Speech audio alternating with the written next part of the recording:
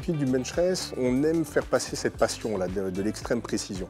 Donc si on peut donner un conseil à quelqu'un qui veut débuter dans la discipline, essayer de se rendre à un match. Alors pour ça, il y a une page Facebook, Bench Press Shooting Europe, où on peut facilement entrer en contact avec des Français, et pas que des Français, hein, parce que c'est une discipline qui se tire en Europe, et on en a la preuve aujourd'hui, il y a beaucoup de gens qui ont fait le déplacement.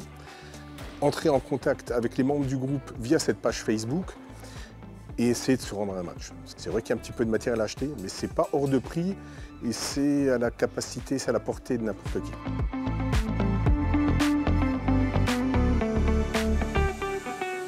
C'est après quelques années de pratique du tir de précision, en fait, en essayant de comprendre un petit peu les variations de groupement qu'on peut avoir à 100 mètres, 200 mètres.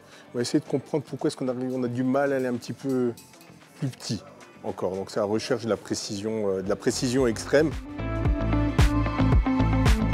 Une journée de tir par semaine. Il y a du matériel à déplacer, les entraînements sont longs, on recharge sur place, mais après ça paye. Le matériel, il n'est pas inaccessible, la technique, elle n'est pas du tout inaccessible. Ça fait que quelques années que je tire et puis bon, on se donne un petit peu de mal, on peut progresser. Mais c'est souvent une discipline qui a une fausse image d'élitiste. C'est vrai qu'il y a un petit peu de matériel à acheter, mais c'est pas hors de prix et c'est à la portée de n'importe qui. L'intérêt d'être au CNTS, ça permet déjà, entre guillemets, à toute la famille européenne du bench press de se rassembler. On a la place pour recharger, le staff ici qui nous accueille est juste formidable, et une infrastructure qui est un petit peu une Rolls-Royce.